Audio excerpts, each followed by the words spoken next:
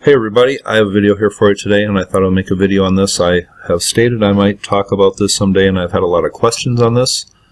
And this on the left here is a pillar at Gobekli Tepe, numbered pillar number 43, and it's also called the Vulture Stone. And I've had questions on this and the symbolism, and I just thought I would talk about this and kind of give my first impressions of this. And I haven't really read too many people's theories except a few on what this represents, but I think this is fascinating. This comes from at least 12,000 years ago, and we have a hard enough time wrapping our minds around what the dynastic Egyptians were trying to say 4,000 years ago. And the dynastic Egyptians look back to this time period at Gobekli Tepe farther than we look back at the dynastic Egyptians. So this is so far back in history that we don't have any clue of what these people were trying to represent on these pillars. And Graham Hancock and others have said this is a cosmological representation of some sort, and they might be exactly right. But since this is a whole new book of history that has just been opened in the past couple decades, I just thought I would give some initial impressions, and Mr. Hancock and others, I believe Andrew Collins has talked about, and others, they may be totally correct. But since history is nothing but an open suggestion box, I thought I would put an envelope in as far as pillar number 43. And we have these what are called handbags up on top, and there are 3 of them. And there is a little animal represented by the middle one. 3 are these representation of mounds, 3 primordial mounds of some sort. That is anybody's speculation, and nobody really knows.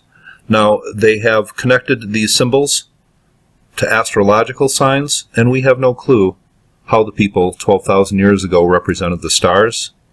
They could have been totally different than we represent them today. So just to jump to that general assumption right away, I think is a mistake. And there could be another story told on these, and I think it could be just a simple one, maybe the way ancient people told stories. Now, if you look at this carefully, we have what seems to be an adult or male bird or vulture holding up a round disc, and I believe this represents the earth. And because this is a male or fully grown bird holding up the earth, and then what appears to be a baby bird just to the right of it, I believe we have a retelling or a story here of the rebirth of the world, or a new world starting. And you look up here, this little hooked,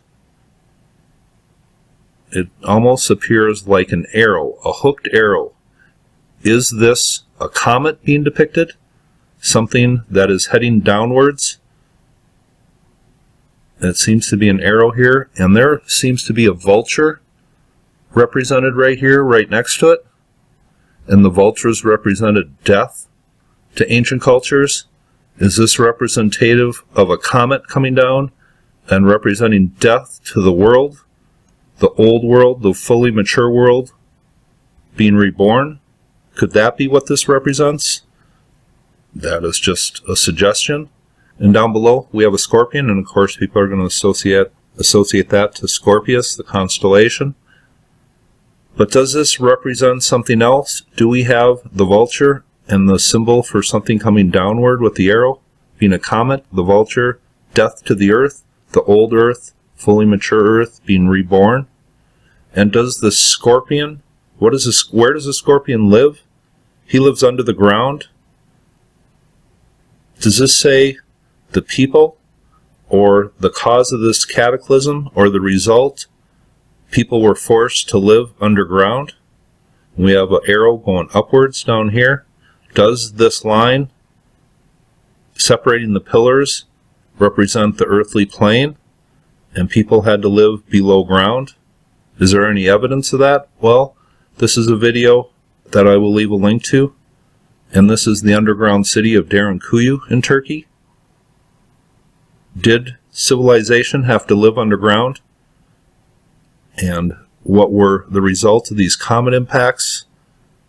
People said that they were unending, hellish winters, Is this the result of something that happened way back in history that the hints of the pillar stone give us?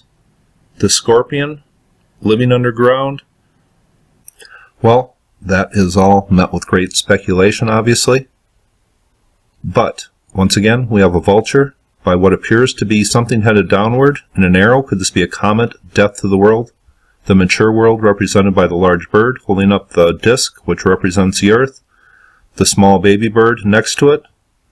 The earth being reborn, and a scorpion with an arrow going up here telling us that people had to live underneath the ground. Is that what this represents? Well, I am just throwing an envelope in the suggestion box. And remember, ancient myths not only tell of a great flood, but they also tell of people, and Randall Carlson went over this in my last video. Check that out if you want. But he says that almost all of these myths tell of people that had prior warning of this disaster. Is this pillar at Gobekli Tepe? And if this was found at the top of Gobekli Tepe, this was obviously one of the last pillars made. Are they telling us of an impending disaster that forced humans to live under the ground? Well, that is just my guess.